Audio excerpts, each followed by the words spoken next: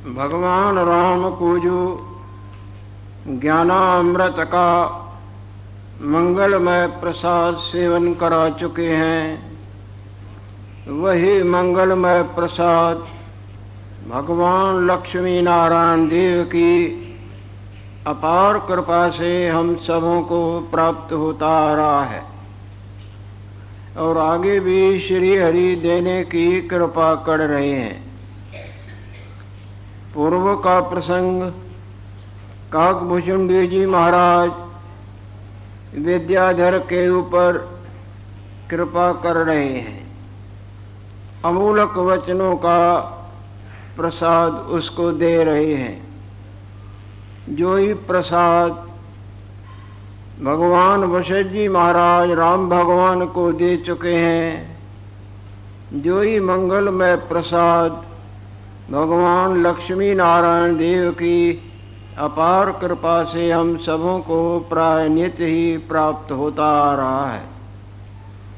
काकभूषुंडी जी महाराज भगवत स्वरूप पर प्रकाश डालते हुए विद्याधर को समझाते हैं कि कैसा है तुम्हारा वास्तव स्वरूप, जो सब में सब तरह से समाया हुआ है।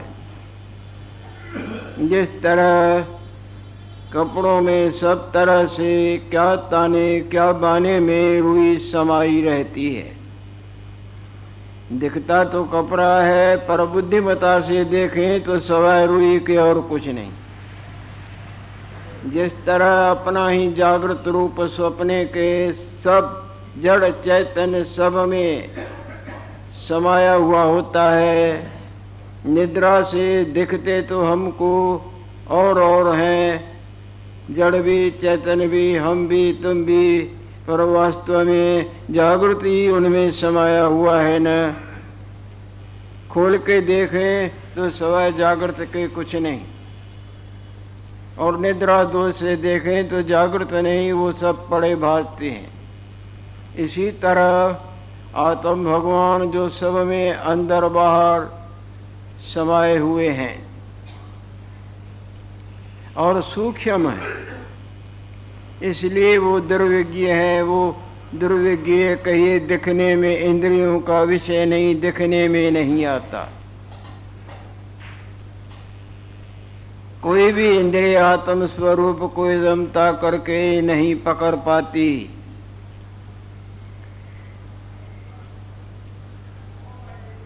ताते दुर्विज्ञ है, इंद्रियों का विषय नहीं। न नेत्र उनको पकड़ सकते हैं, न कान, न हाथ, न पाँव, न नासिका, न जिह्वा इत्यादि इत्यादि।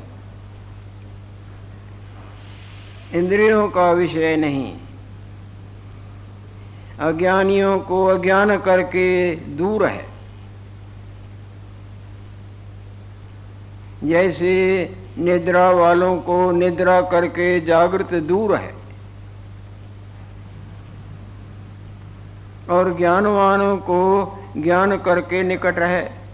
जागृत को जागृति करके अपना आप बिल्कुल सही, अपना आप ही बिल्कुल अपना आप करके भासता है, और ज्ञानी को ज्ञान करके निकट है। तो भी कैसे अपना आप करके, आत्मत्व करके।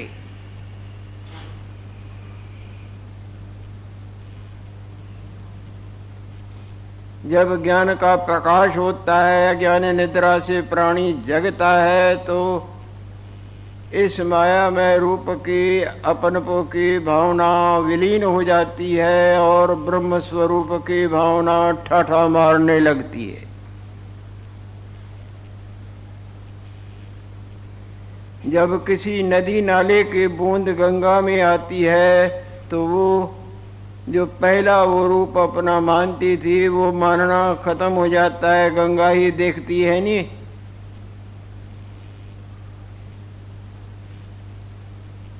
इसी तरह जिसको वास्तवताई का बोध होता है, वास्तवताई रूपी मैल निवृत्त हो जाती है, अज्ञान का दोष निवृत्त हो जाता है, वो जीव नहीं अपने को शिव रूप में अनुभव करता है।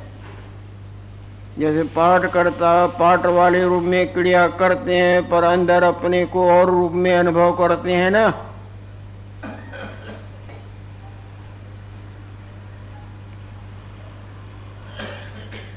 ज्ञानी को ज्ञान करके निकट है, आत्मत्व करके। और कैसे हैं आत्म भगवान? अनंत हैं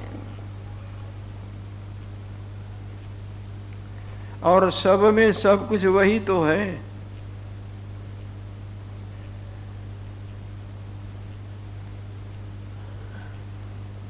जितने भी भिन्न भिन्न सोने के जेवड़ों के रूप नाम नजर आते हैं, पर सोना सब में आप ही तो है।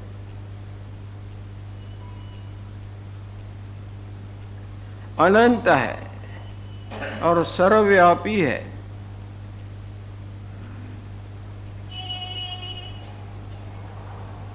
ये मायामय रूप उसको पकड़ नहीं सकता, बल्कि उसमें विलीन होकर वही रह जाता है।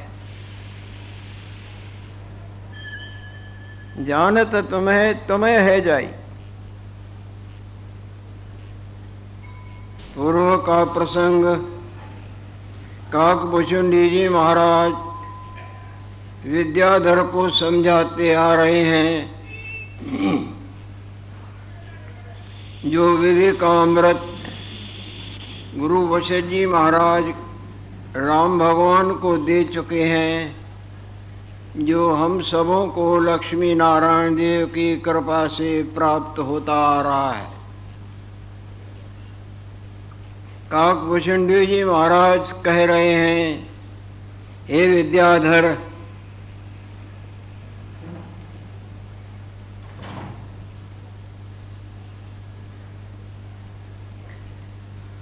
ये अहम ही दुख का मूल है।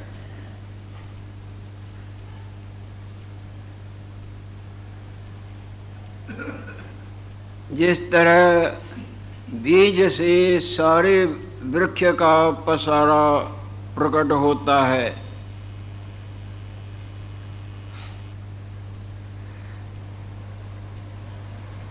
दुख रूपी वृक्ष का ये मैं वासना ही बीज है।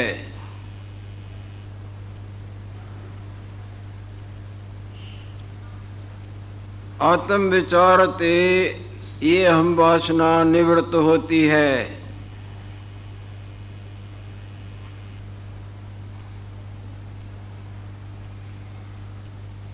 और आत्म विचार सत्शास्त्रों के सुनने विचारने और सत्पुरुषों के संग से प्राप्त होता है। आत्म विचार जब तक ये सत्शास्त्रों का भली प्रकार अध्ययन और श्रवण नहीं करता और अंतर्मुखी प्राणियों का संग नहीं करता, तब तक आत्म विचार उदय नहीं होता। और जब तक आत्म विचार उदय नहीं होता, तब तक ये अहम वासना रूपी वृक्ष जो अनंत जन्म मरण के फल पत्र इत्यादि दिखा दिखा के दिखाता आया है, दिखाने में समर्थ है और दिखाता रहता है, ये नाश नहीं होता।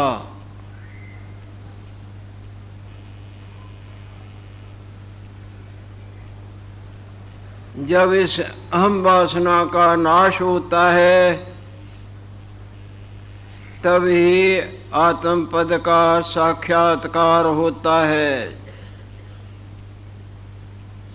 जैसे जब तक सपने वाली मैं बनी रहती है,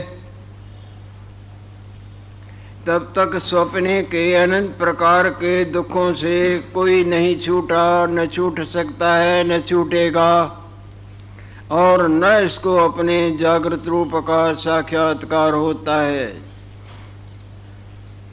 जब वो हम वासना निवृत्त हो जाती है, तब अपने असली रूप को देखता है।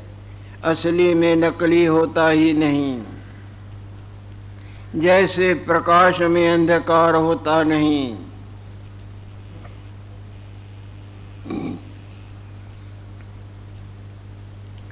और जब इसको अपने वास्तव स्वरूप आत्म पद का साक्षात्कार होता है,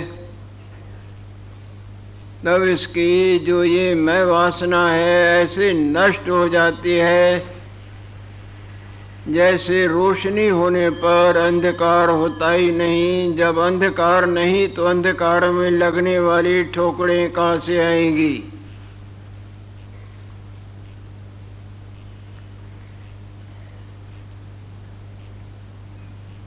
जब आत्म साक्षात्कार होता है तब ये मैं वासना ऐसे नष्ट हो जाती है जैसे सूर्य नारायण के प्रकट होने पर सारे संसार को जो ग्रास कर बैठी थी रात्रि रूपी अंधकार की माया, वो सब गायब हो जाती है।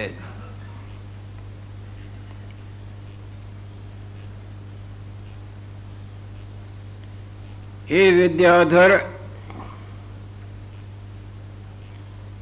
आत्मरूपी एक पर्वत है।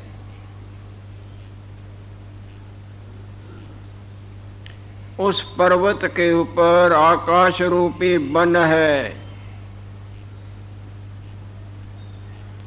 आकाश मीन्स नथिंग, शून्य।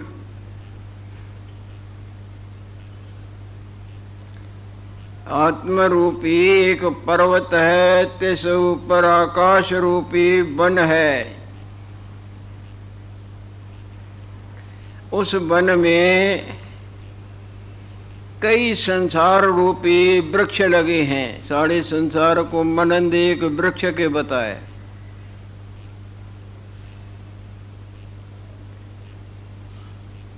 तिस वन में संसार रूपी वृक्ष लगे हैं।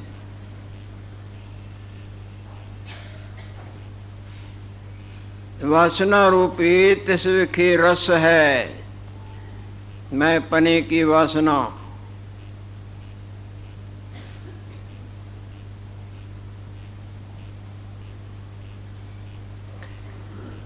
अज्ञान रूपी भूमि ते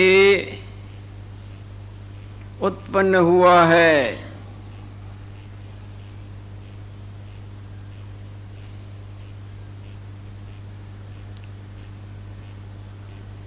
और नदियां समुद्र इसकी नाड़ी हैं।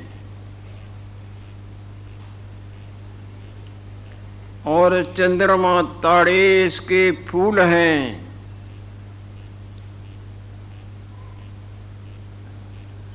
वासना रूपी जल साथ बढ़ता है।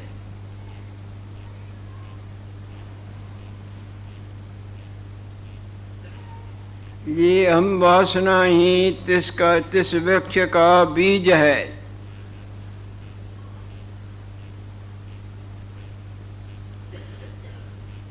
इस वृक्ष में सुख और दुख रूपी फल लगे हैं।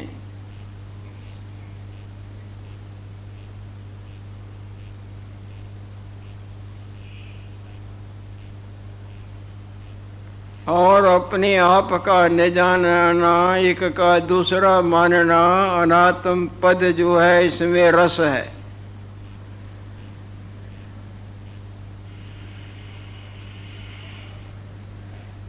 टास इसका आकाश है और जड़ इसकी पाताल है।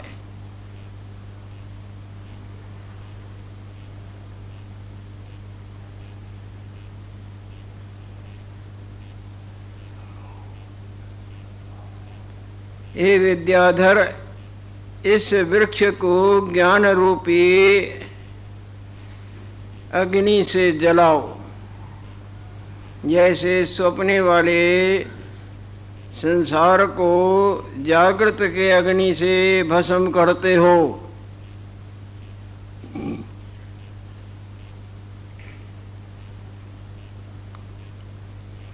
इस वृक्ष को ज्ञान रूपी अग्नि कर जलाओ। ज्ञानादैवतो कैवल्यम,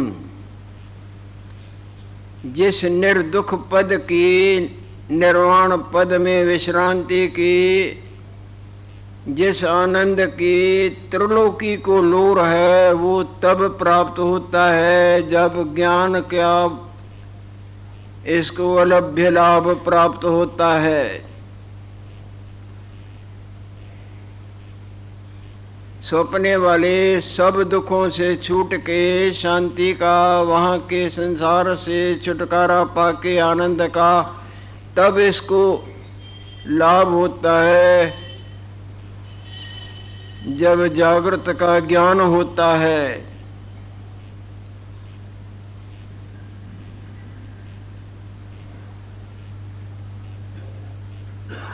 नान्य पंथा विद्यते अनाय, और कोई भी दुखों से छूटने का न रास्ता था, न है और न होगा।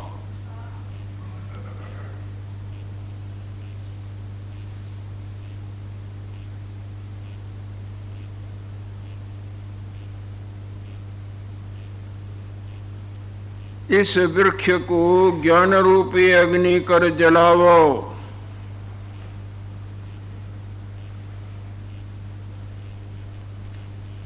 और अहंकार रूपी जो वृक्ष का बीज है, मैं वासना रूपी जो वृक्ष का बीज है, तिसका नाश करो।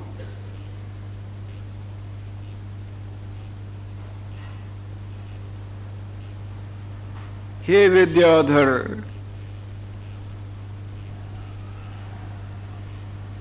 एक खाई है,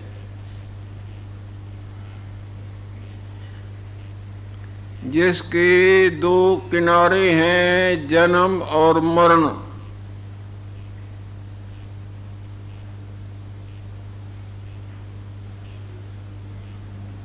अनात्म रूपी, जिसमें जल भरा हुआ है।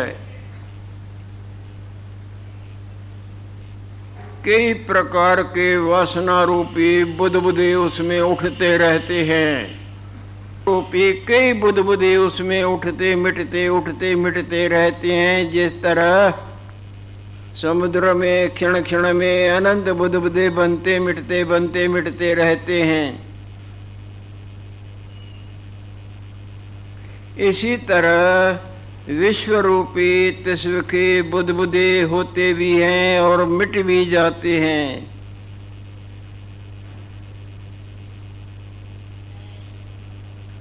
कब से संसार हुआ, कितने हुए, कहाँ गए, कौन कह सकता है। अनंत प्रवाह हो गए, युग युगों के प्रवाह, दिनों के, रात्रि के, पखवारों के, महीनों के, वर्षों के, युगों के कई प्रवाह बह के चले गए। जैसे आपने